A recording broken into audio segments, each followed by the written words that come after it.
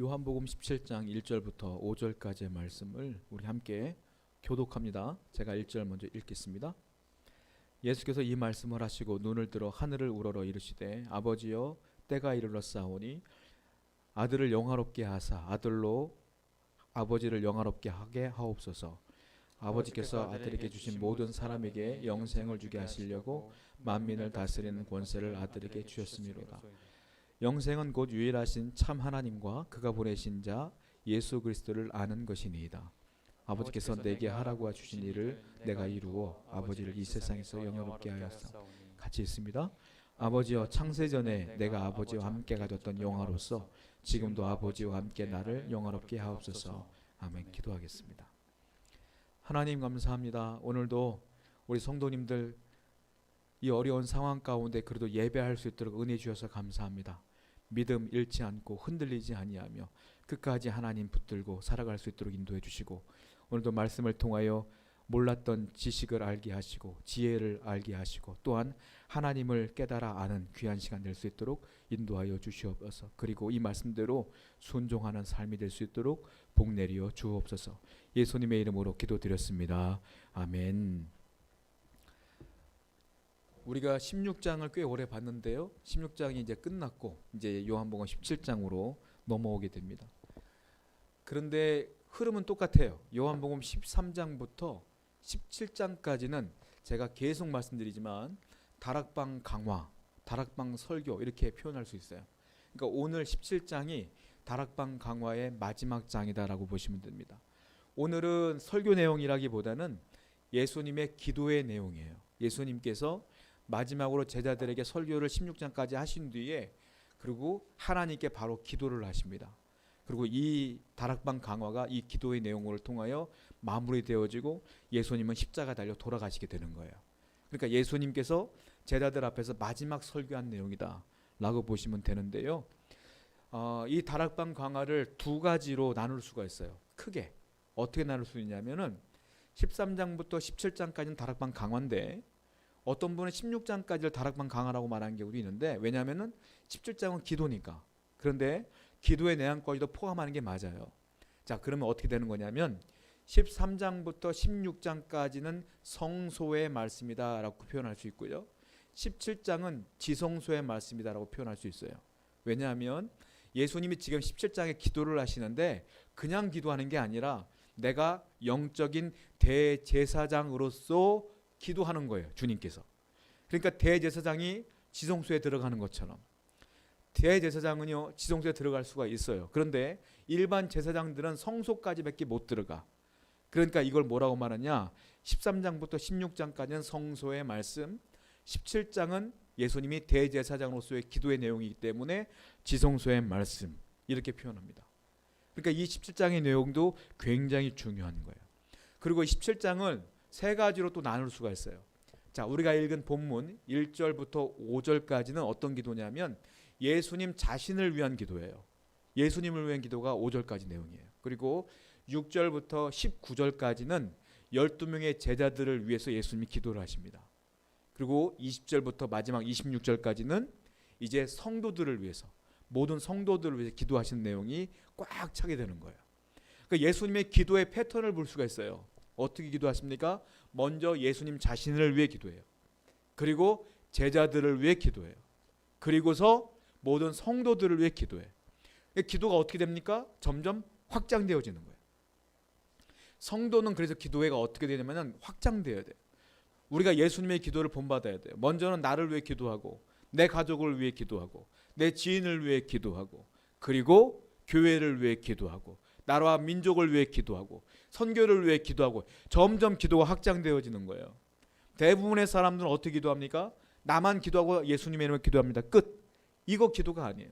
기도는 나 그리고 지인들 그리고 나라와 민족, 교회, 부흥 여기까지 나가야지 온전한 기도가 되는 거다. 그러니까 여러분 앞으로 기도하실 때 이렇게 예수님처럼 확장된 기도를 하시는 게 맞다라는 거죠. 자, 그런데 이 기도의 내용 가운데 특별히 오늘은 1절부터 5절을 보게 되는데 예수님 자신을 위해서 하나님께 기도를 하는데요. 이 기도 내용 가운데 위대한 주님에 대한 진리가 발견되어진다는 거죠. 예수님을 위한 기도이지만 예수님이 어떤 분인가에 대한 진리가 세 가지가 등장을 하게 돼요. 그래서 우리는 예수님은 과연 어떤 분이냐, 어떤 진리가 포함되어 있느냐, 이 부분을 오늘 기도의 내용을 통하여 보려고 그래요.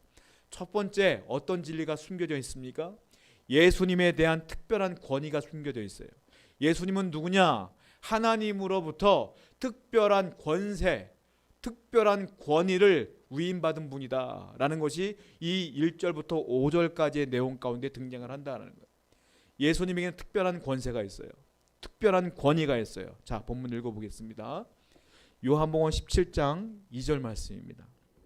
한번 읽어볼게요. 시작. 아버지께서 아들에게 주신 모든 사람에게 영생을 주게 하시려고 만민을 다스리는 권세를 아들에게 주셨습니다. 자, 아버지께서 아들에게 주신 모든 사람들에게 영생을 주게 하시려고 만민을 다스리는 권세, 만민을 다스리는 권세를 아들, 누구예요? 예수님이죠. 예수님에게 주셨다. 이 말씀이 오늘 예수님의 기도에 이렇게 포함되어 있는 거예요. 만민을 다스린다는 게 뭐예요? 만민, 유대인들을 포함하고 또한 이방인들까지 포함한 사람들이 만민이에요. 한마디로 말씀드리면 온 세계의 모든 사람, 그 사람들을 다스릴 권세를 하나님 아버지께서 아들 예수님에게 주셨다 이 말이에요. 그러니까 예수님은 누구예요? 만민을 다스리는 통치자다 이거예요. 그 권위와 권세가 있으니까. 그러니까 지금 여러분들을 다스리는 분은 누구냐? 예수님이다 이 말이에요. 그러니까 여러분들이 인생을 살잖아요. 우리가 10년, 20년, 30년, 40년 인생을 살아가잖아요. 인생을 살다 보면 우리가 성공하기도 하고 실패하기도 하고 넘어지기도 하고 일어나기도 한다 이거예요. 근데 그 모든 것들을 누가 주권 안에 누가 움직이고 있는 것이냐? 하나님이 하는 거다. 다른 말로 예수님이 하는 거다. 내가 사는 게 아니라 그 모든 것 다 예수님이 허락하에 이루어지는 것이다 라는 것을 우리가 알 수가 있다는 거예요. 왜? 만민을 다스리는 권세가 이미 하나님께서 예수님에게 주셨기 때문에. 그리고 또 한번 읽어볼게요. 마태복음 28장 18절 말씀도 읽어봅니다. 시작. 예수께서 나와 말씀하여 이르시되 하늘과 땅의 모든 권세를 내게 주셨으니 하늘과 땅의 권세를 내게, 즉 예수님에게, 내게 아버지가 주셨으니. 하늘과 땅의 권세를 주셨대요. 아까는 만민을 다스리는 권세를 줬고 이번에는 하늘과 땅을 다스리는 권세를 줬어요. 이거는 뭐예요? 피조물이에요. 그러니까 만민 온 세계의 모든 사람들도 예수님이 다스려요. 그리고 하늘도 땅도 누가 다스려요? 예수님이 다스려요. 그러니까 예수님에게는 어떤 권세가 있는 거예요? 온 우주적인 권세가 주님께 있다. 그러니까 역사가 흐르는 것도, 피조물들이 성장하고 죽어나가는 것도, 사람들의 인생도 다 누가 다스려요? 하나님이. 또 누구? 예수님이.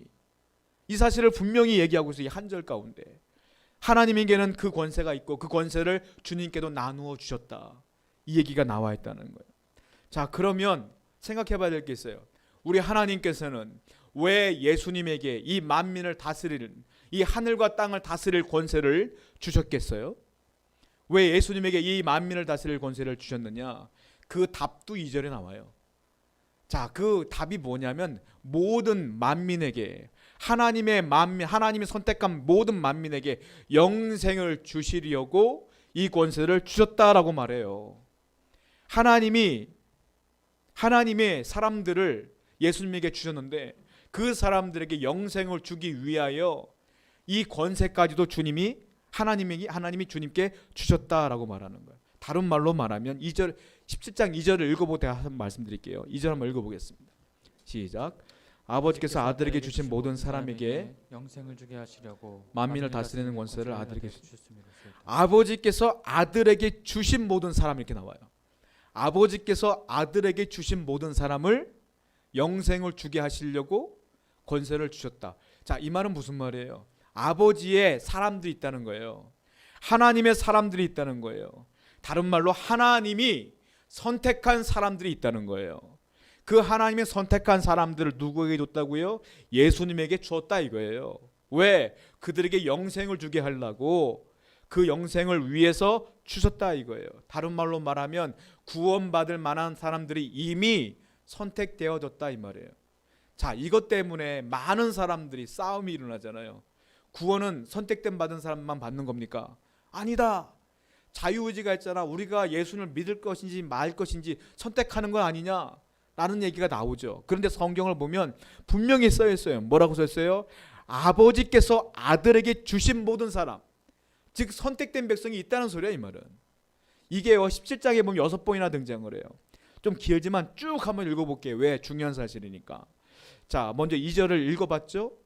그 다음에 6절 읽어볼게요. 17장 6절 시작.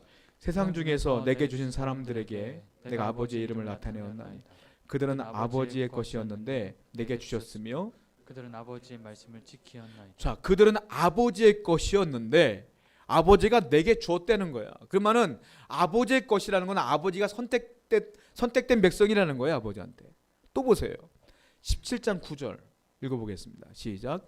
내가 그들을 위하여 비옵나니 내가 비옵는 것은 세상을 위함이 아니요 내게 주신 자들을 위함이니 그들은 아버지의 것이로소이다. 내게 주신 자들은 원래 누구 거라고요? 아버지의 것이었습니다 이 말이에요.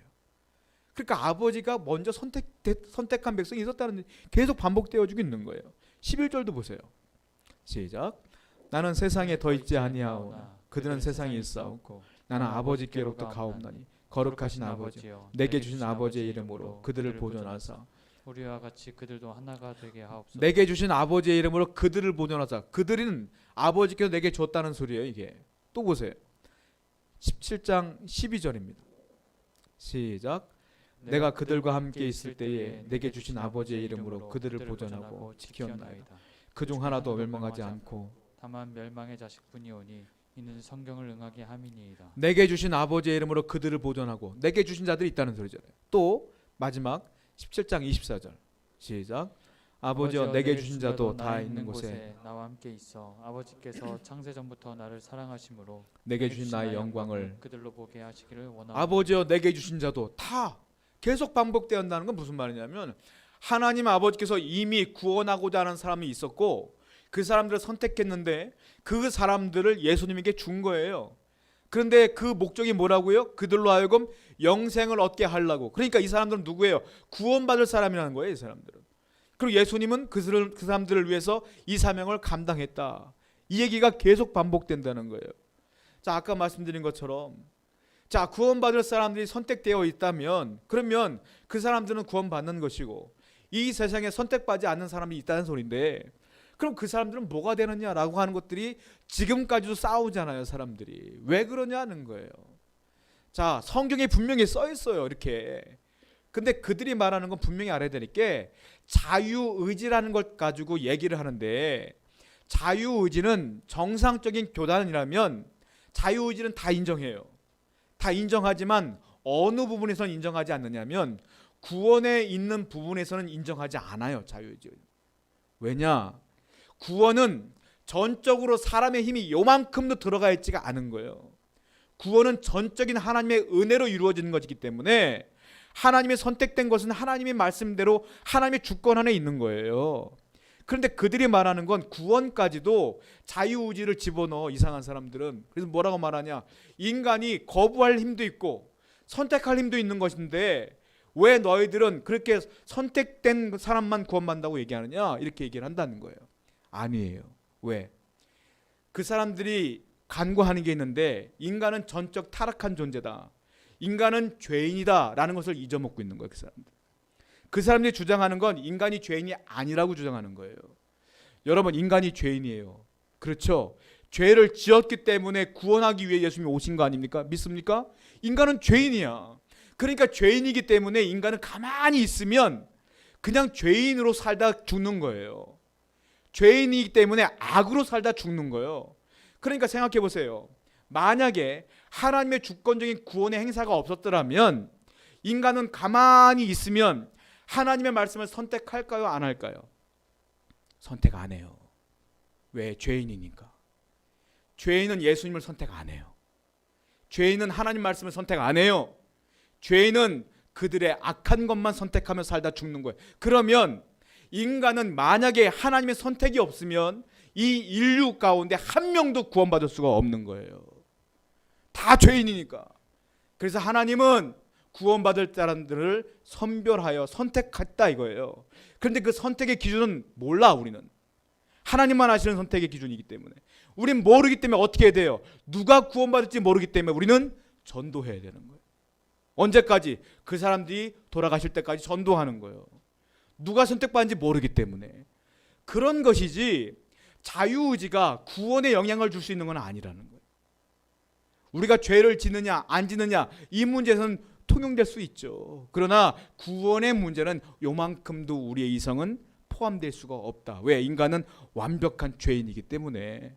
그래서 이 말씀은 그 얘기를 계속하고 있는 것이다.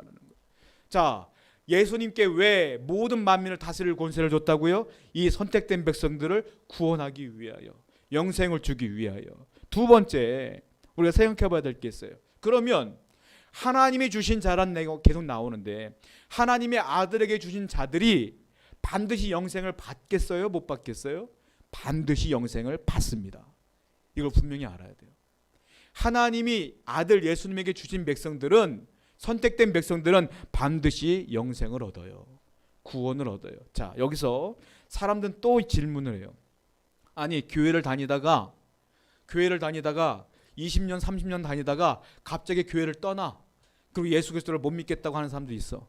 그리고 돌아가실 때까지 안 믿었어. 그럼 그 사람들은 뭐가 됩니까? 20년 믿은 건 뭐가 됩니까? 그러면 인간은 이 구원을 받을 수도 있고 못 받을 수도 있는 거 아닙니까? 라고 사람들이 질문을 해요. 그렇다면 그럴 수도 있는 거잖아요. 여러분 생각해 보세요. 예수님이 하나님이 주신 자를 구원할 능력이 있습니까? 없습니까? 있어요. 만약에 근데 그 사람들이 스스로 선택하여 거부하여 교회를 안 다녔어. 예수를 안 믿었어. 그러면 예수님이 그 거부한 사람들을 구원할 만한 능력이 없어요? 있어요. 왜? 하늘과 땅을 다스릴 권세가 그분께 있고 만민을 다스릴 권세가 그분께 있어요. 그러면 내가 거부한다고 해서 하나님이 그들을 못 믿게 하겠냐고요. 결국 그들을 믿게 할 만한 능력도 있잖아요. 하나님께는. 근데 안 하는 거예요. 안 하는 거란 말이에요. 그러면 그들이 수십 년간 믿다가 교회를 떠나서 예수를 안 믿었어. 그럼 그 사람은 어떤 사람이냐? 선택된 백성이 아닌 거예요. 왜? 하나님이 주신 자는 반드시 영생을 얻는다. 반드시 얻는다. 한 명도 낙오됨이 없이 반드시 얻기 때문이다. 그 사람들 20년 동안 예수 믿은 건 뭐예요? 모르죠. 왜 믿었는지. 그냥 교회에서가 좋아서 믿었는지, 좋아하는 사람이 있어서 교회를 다닌 것인지, 아니면 말씀이 좋은 말씀이니까 그냥 믿은 것인지 그건 모르죠. 그러나 그 사람들은 선택된 백성은 아니다. 선택된 백성은 반드시 영생을 얻는다. 이것을 뭐라고 말합니까? 영생이라고 말해요. 영원한 생명, eternal life라고 합니다. 여러분 영생이 뭡니까? 영생이라고 생각하면 여러분들이 이 시간만 따질 때가 많아요. 영원히 사는 게 영생이다. 아니에요. 예수님을 안 믿고 지옥 가는 사람도 영생을 얻어요. 왜? 영원한 생명을 얻어요. 그 사람들도 안 죽어. 그러니까 영생이라는 건 영원한 생명이 아니에요. 그 영생은 뭐겠어요? 영생에 대한 정답이 오늘 본문 3절에 나와요. 한번 3절 읽어볼까요? 읽어보겠습니다. 시작. 영생은 곧 유일하신 참 하나님과 그가 보내신 자 예수 그리스도를 아는 것이니이다. 영생은 무엇이냐? 곧 유일하신 참 하나님과 그가 보내신 자 예수 그리스도를 뭐라고요? 아는 것이니라. 이게 영생이다. 영생은 영원히 사는 것도 맞아요. 그런데 그냥 단순히 영원히 사는 게 영생이 아니라 참 하나님을 아는 거예요. 그리고 참 그리스도를 아는 거예요. 자, 내가 하나님을 알아. 하나님이 보내신 예수님을 알아. 그럼 뭐예요? 그분들을 믿는 거죠. 믿어. 그럼 어떤 일이 벌어져요? 그분들이 주시는 복을 누리며 사는 거예요. 그러니까 영생은 어디서부터 시작되는 거냐? 내가 죽은 뒤부터 영생이냐? 아니에요. 내가 하나님을 알아. 내가 예수님을 알아. 그분을 믿어. 그러면 여러분들의 영생은 지금부터 시작된 거예요. 지금부터 언제까지? 영원히. 그 영생은 지금부터예요. 영생은 내가 하나님을 아는 것부터, 내가 그리스도를 아는 것부터 영생이 시작되는 거예요. 반대로 지옥에 가는 걸 뭐라고 말합니까? 영원한 사망. 그 영원한 사망도 내가 하나님을 몰라, 예수님을 몰라, 그때부터 영원한 사망이 시작되는 거예요. 지금 하나님을 안 믿는 분들 영원한 사망이 시작됐어요. 그래서 우리는 그들을 위해서 기도하고 그들에게 복음을 증거해야 되는 게 맞는 거죠. 우리는 영원한 생명이 시작된 거고요. 자, 우리는 이것 때문에 또 시비 거는 사람도 있어요. 말씀이 뭐라고 말하냐면 이게 하나님이 나와 있고 그가 보내신 예수가 나와 있어. 그러니까 병렬로 나와 있기 때문에 하나님이 높은 분이고 예수님은 그냥 그분이 보낸 사람 아니냐라고 시비 보는 사람이 있어. 요한이 말하는 건 그런 뜻으로 말한 게 아니라 요한이 지금 이렇게 표현한 건 뭐냐면 예수 그리스도를 통해서만이 참 하나님을 알 수가 있습니다라는 표현인 거예요. 그러니까 우리가 예수를 믿어야만이 하나님을 알 수가 있는 거예요. 그러니까 여러분들이 중요한 건 뭐예요? 예수님의 십자가 사역을 믿는 거예요. 그래야 내가 진짜 하나님을 아는 거예요. 그래야지 영생이 시작된다라는 겁니다. 그러니까 요한이 말하는 것은 하나님, 예수님 동일시하고 있는 거예요. 그 사실을 분명히 알아야 된다. 또 세 번째 우리가 알아야 될 게 있는 게 그렇다면 누가 하나님께 선택을 받았고 누가 하나님께 선택을 받지 않았을까요? 궁금하지 않습니까? 누가 하나님께 선택받은 걸까요? 분명히 성경에는 증거하고 있어요. 누가 선택받았느냐? 자, 좀 길지만 읽어볼게요. 요한복음 6장 37절부터 40절입니다. 시작. 아버지께서 내게 주시는 자는 다 내게로 올 것이요 내게 오는 자는 내가 결코 내쫓지 아니하리라. 내가 하늘에서 내려온 것은 내 뜻을 행하려 함이 아니요 아니요 나를 보내신 이의 뜻을 행하려 함이니라. 나를 보내신 이의 뜻은 내게 주신 자 중에서 내가 하나도 잃어버리지 아니하고 마지막 날에 다시 살리는 것이니라. 내 아버지의 뜻은 아들을 보고 믿는 자마다 영생을 얻는 이것이니 마지막 날에 내가 이를 다시 살리리라. 자, 누가 선택받은 백성이고 누가 하나님께 예수님에게 주신 자가 된 걸까요? 두 가지가 나와요. 37절을 보게 되면 보면 아버지께서 내게 주시는 자는 다 내게로 올 것이요. 하나님이 선택된 백성은 다라는 건 올이에요. 올 전부 누구한테 가요? 예수님께 간다. 다른 말로 예수를 믿는다. 또 39절 보세요. 내게 주신 자 중에 내가 하나도 잃어버리지 아니하고. 무슨 말이에요? 예수님께 온 자는 무조건 다 구원받는다 이 말이에요. 그러니까 누가 선택된 백성이냐? 지금 예수 그리스도를 믿는 사람이 선택된 백성인 거예요. 여러분들은 예수 그리스도를 믿습니까? 그럼 여러분들이 선택된 백성인 거예요. 예수 그리스도를 안 믿어요? 저 사람 참 인품이 좋은데, 사람 참 좋은데, 법 없이도 살 사람인데 예수를 안 믿어요? 선택된 백성이 아닌 거예요. 여러분들이 선택된 백성이라는 사실을 분명히 기억하시기 바라요. 여러분들이 하나님이 예수님께 내게 주신 자가 되는 거예요. 이것만 해도 얼마나 감격입니까, 여러분? 이게 얼마나 감사해요.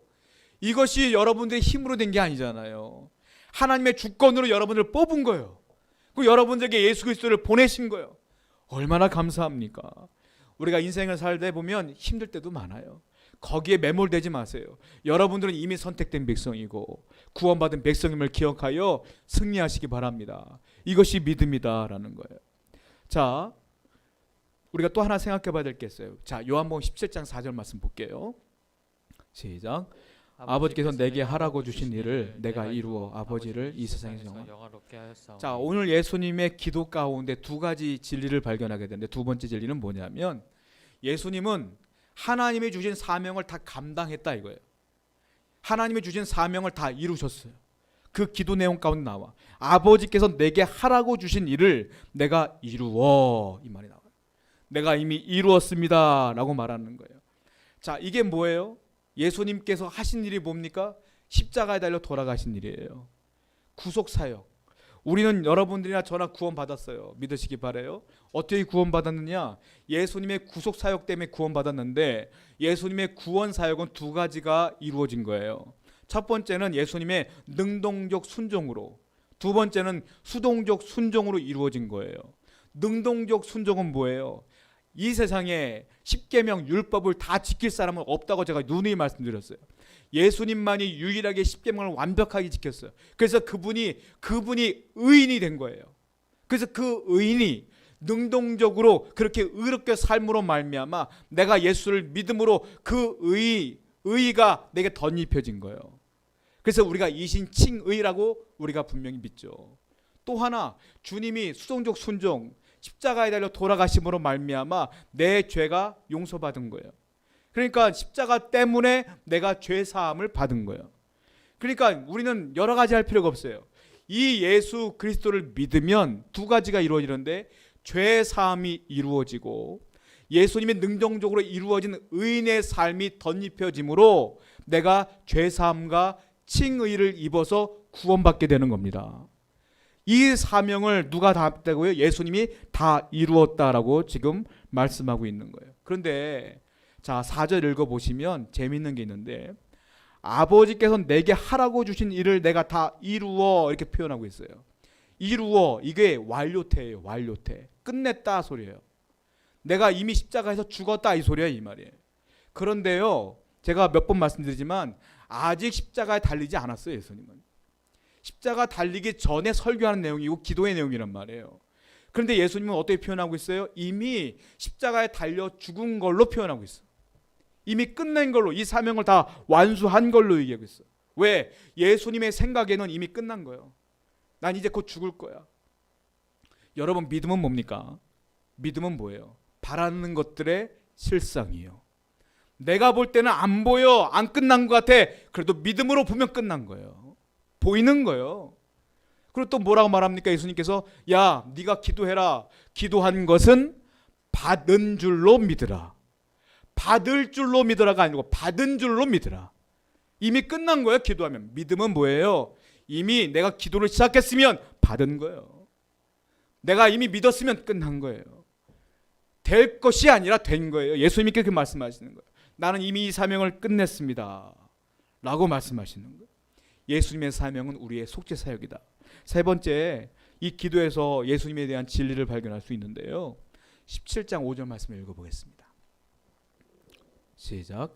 아버지여, 창세전에 내가 아버지와 함께 가졌던 영화로서 지금도 아버지와 함께 나를 영화롭게 하옵소서. 이 기도 내용 가운데 우리가 예수님이 어떤 분인가를 알 수가 있어요. 어떤 분이냐 보면, 아버지여, 창세전에 내가 아버지와 함께 가졌던 영화로서.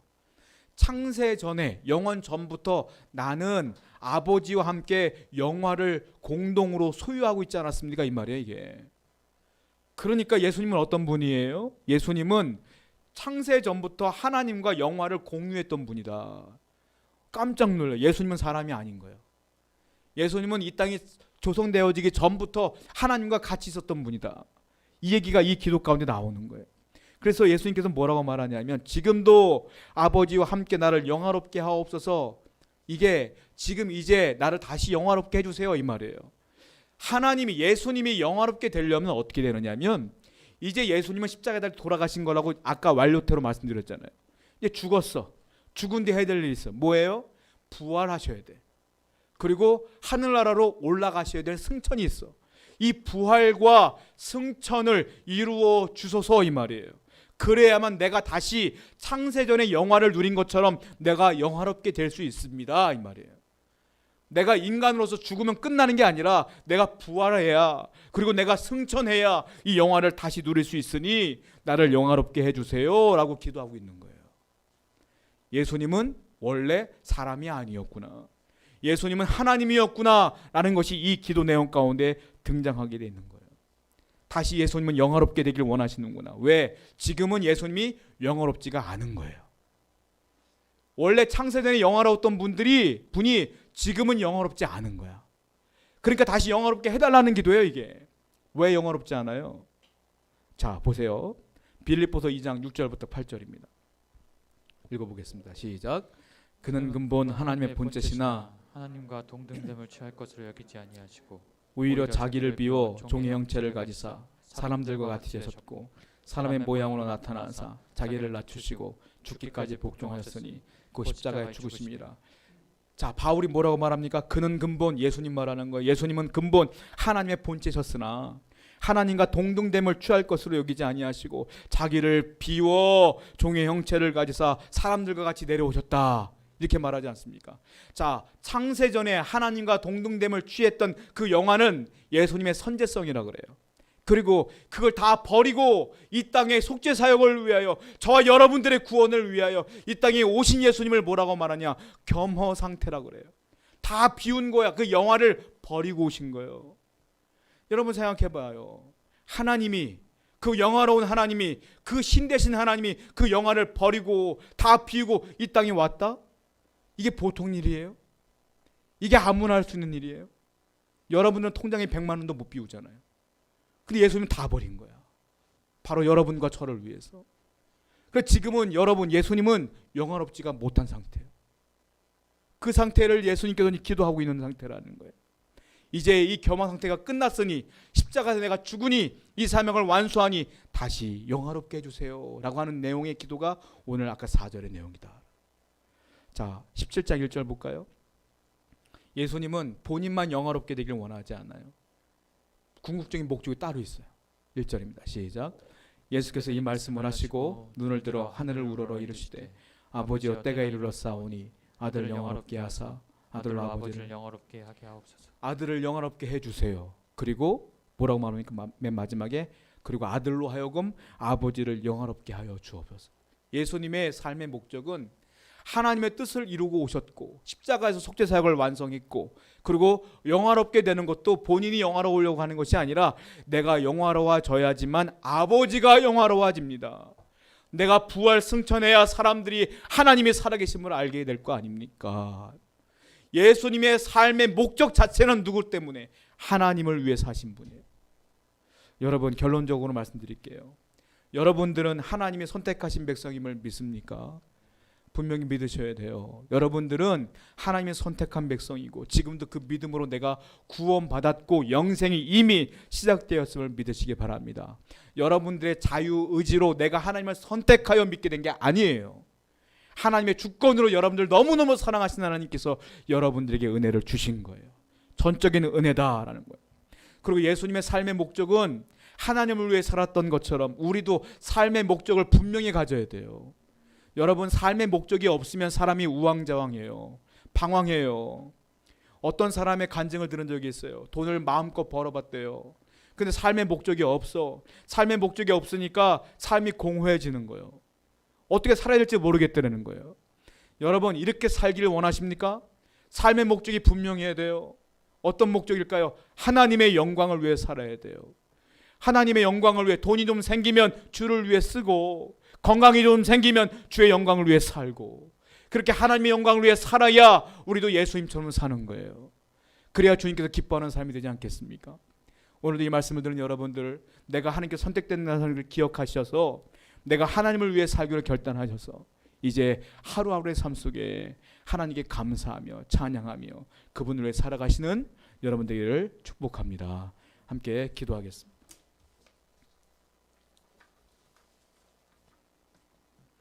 말씀을 기억하시면서 정말 주님이 나를 선택하셨고, 그리고 내가 그 선택의 은혜를 입어서 구원받았으며 영생을 이미 얻고 있으며, 그리고 영생을 얻은 자로서 내가 주님을 위해, 하나님을 위해 살기로 결단하기를 바랍니다. 다시 한번 결단하며 기도하겠습니다. 하나님 아버지, 감사합니다.